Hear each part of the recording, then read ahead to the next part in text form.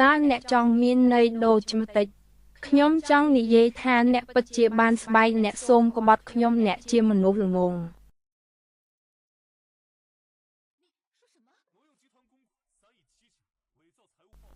តើអ្នកកំពុងនិយាយអំពីអ្វីភាគហ៊ុនសាធារណៈរបស់ក្រុមកសិកម្ម300លាន7នាក់ត្រូវបានប៉ូលីសក្លែងបន្លំរបាយការណ៍ហិរញ្ញវត្ថុបន្លំប្រាក់កម្ចីធនាគារនិងប្រើប្រាស់គម្រោងមិនពិតដើម្បីអនុវត្តទ្រព្យសម្បត្តិរបស់អ្នកវិនិយោគ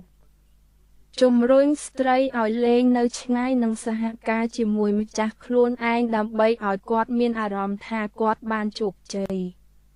ចូលចាំថាសេងយំមីងតើអ្នកអាចធ្វើអ្វីបានចំពោះខ្ញុំអ្នកគឺជាឆ្កែរបស់គ្រួសារហើយអ្នកពិតជាត្រូវឲ្យអ្នកគិតថាសភាប្រជាជនស្របច្បាប់គឺងាយស្រួលធ្វើ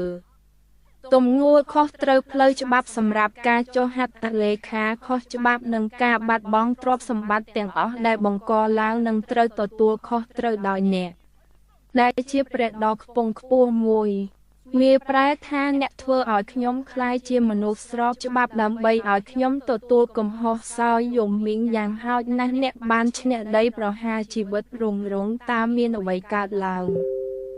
អ្វីដែលគាត់និយាយមិនអាចជាការពិតតែយើងត្រូវធ្វើដូច្នេះយំមីងម្ដីខ្ញុំខុសខ្ញុំពិតជាដឹងថាខ្ញុំខុសសូមក្រឡេកមើលទំនាក់ទំនងរវាងយើងទាំងពីរដើម្បីជាប្រយោជន៍ដល់ជាអ្នកមិនអាចខូបខើពេកទេអ្នកមិនអាចបំផ្លាញខ្ញុំបានទេយូមីង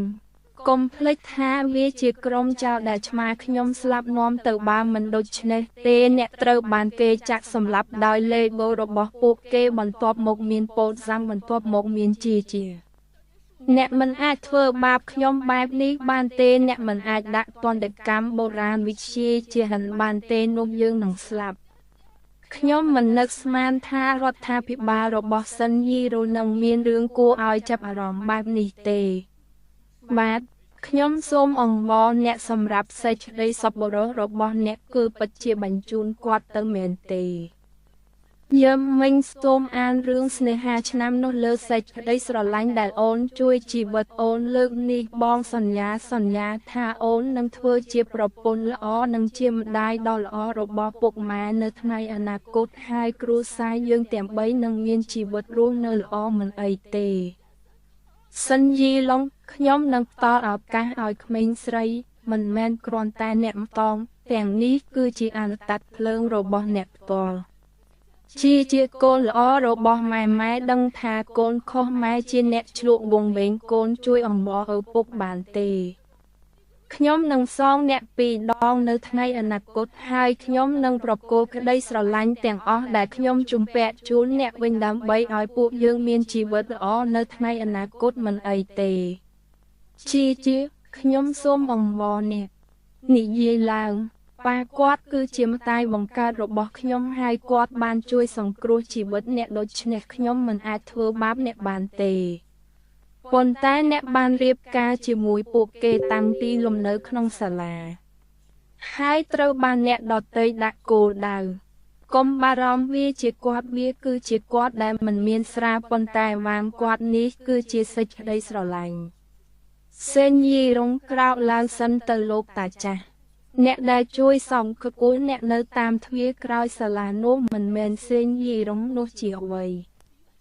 ខ្ញុំបាននិយាយថាអ្នកដែលជួយសង្គ្រោះអ្នកនៅផ្លូវនៅទ្វារក្រោយសាលាមិនមែនសិនយីរុងទេប៉ុន្តែគឺលីវ៉ាស៊ីង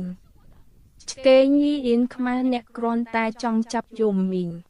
ហើយអ្នកថែមទាំងបង្កើតរឿងដើម្បីសម្លាប់ខ្ញុំទៀតផងខ្ញុំប្រាប់អ្នកថាយំមីងគឺជារបស់ខ្ញុំហើយអំណោយនៃការសង្គ្រោះជីវិតរបស់ខ្ញុំគឺជារបស់ខ្ញុំម៉ោងប្រហែល4ទៅ5រសៀលស្រាប់តែមានក្មេងទំនើង4ទៅ5នាក់ដើរលេងតាមទ្វារក្រោយផ្ទះខ្ញុំបានទូរស័ព្ទទៅប៉ូលីសហើយពួកគេបានរត់គេចខ្លួនប៉ុន្តែខ្ញុំចងចាំយ៉ាងច្បាស់ថាកាលពី20ឆ្នាំមុនវាមិនត្រឹមតែផ្លាស់ប្តូរជោគវាសនារបស់អ្នកប៉ុណ្ណោះទេប៉ុន្តែវាក៏បានផ្លាស់ប្តូរការសម្រេចចិត្តដ៏សំខាន់បំផុតនៅក្នុងជីវិតរបស់ខ្ញុំផងដែរ តែខ្ញុំចាំច្បាស់រត់មកឲ្យលុយខ្ញុំប្រគល់លុយឲ្យវិញប្រញាប់ធ្វើអីខ្ញុំហៅប៉ូលីសមកប៉ូលីសនឹងមកដល់ពេលឆាប់នេះប៉ូលីសមកដល់ហើយមេស្អុយហ៊ានលូកដៃធ្វើជំនួញឯងមែនទេបងប្អូនចាប់ខ្ញុំមួយដុំកាត់វាចោលដើម្បីសងសឹកប៉ុន្តែរថយន្តសង្គ្រោះជាតិខ្ញុំទ្រាំលែងបានអង្គុយចុះបើខ្ញុំអាចខាត់ចៅវាយនាយម្នាក់នេះខ្ញុំនឹងឡើងដល់កំពូលនៅថ្ងៃអនាគតមិត្តរួមថ្នាក់អាយឈាមច្រើនកុំខ្លាចអីខ្ញុំនឹងបញ្ជូនអ្នកទៅមន្ទីរពេទ្យឥឡូវនេះអ្នករស់នៅទីនេះចាស់ទុំម្នាក់នេះសុខសប្បាយទេជាន់ខ្ពស់វាប្រែថាជាន់ខ្ពស់មានមិត្តស្រីអ្នកណាថាអូនកុហកបងកុហកអូន20ឆ្នាំមិននឹកស្មានថាអូនប្លែកមិនក៏ស្រីតូចដែលជួយខ្ញុំសំណាងខ្លាយជាអរិយលោភលន់ចិត្តសាហាវជាងគេ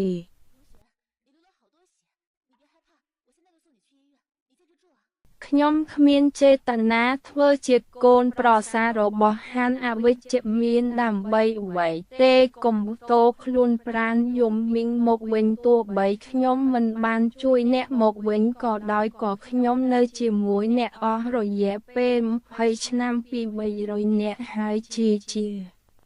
មិនមែនជាម្ដាយបង្កើតរបស់ជាអ្នកមិនអាចធ្វើបាបខ្ញុំបែបនេះបានទេអ្នកមិនអាចភោគខើពេកទេអ្នកដឹងច្បាស់ពីអ្វីដែលជាបានធ្វើប្រពន្ធអ្នកម្ដាយវាងអ្នកមិនស័ក្តិសមជាមួយខ្ញុំមិនស័ក្តិសមនឹងសាច់នឹងពោកតើអ្នកគិតថាអ្នកជាមនុស្សល្អបែបណាប្រសិនបើវាមិនមែនសម្រាប់លុយរបស់អ្នកទេខ្ញុំនឹងបោះបង់ចោលអាសរបស់ខ្ញុំហើយបែកពីគាត់ជាច្រើនឆ្នាំខ្ញុំដាក់មុខស្លាប់របស់អ្នកហើយក្រោយ20ឆ្នាំមកខ្ញុំបានគ្រប់គ្រាន់ហើយតាលីវ៉ាស៊ីងធ្វើខ្លួនជាអភិជនបែបណាបើអ្នកមិនបានរកលុយជាអ្នកមានទេអ្នកប្រកាសជាចំប្រកាសពីមុនអ្នកធ្វើពុតជាបរិសុទ្ធហើយផ្ញើសម្បត្តិស្នេហាតែពេលនេះអ្នកខ្លែងធ្វើជាអ្នកជំនាញប្លន់មនុស្សប្រុសពិតជាថាទាបមែន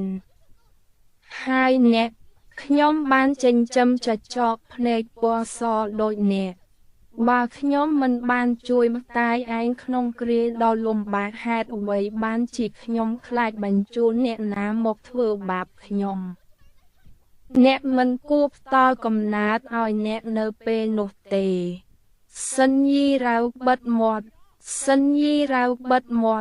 ម៉ាក់ហេតុអ្វីបានជាអ្នកនៅទីនេះកុំធ្វើឲ្យមានបញ្ហាត្រឡប់មកវិញឲ្យលឿនទាំងអស់គ្នានេះជាកូនស្រីដ៏ល្អរបស់ខ្ញុំសិនយីរងម្ចាស់ស្រីដ៏អៀនខ្មាស់ចោលលួចរបស់ចិនស៊ូតាអ្នកកំពុងនិយាយអំពីអ្វីប្រពន្ធខ្ញុំបានរកឃើញយូរមកហើយថានេះគឺជាការស្រមើស្រមៃថាថ្ងៃណាមួយគាត់នឹងរកឃើញផ្លូវត្រឡប់មកវិញសេចក្តីសប្បុរសរបស់ងូនានស៊ីចំពោះគាត់ចៅស្រីរបស់ងូនានជាមិនដែលគិតថាគាត់នឹងធ្វើអ្វីមួយដូចជ្រូកនឹងឆ្កែសប្តាហ៍នេះទេ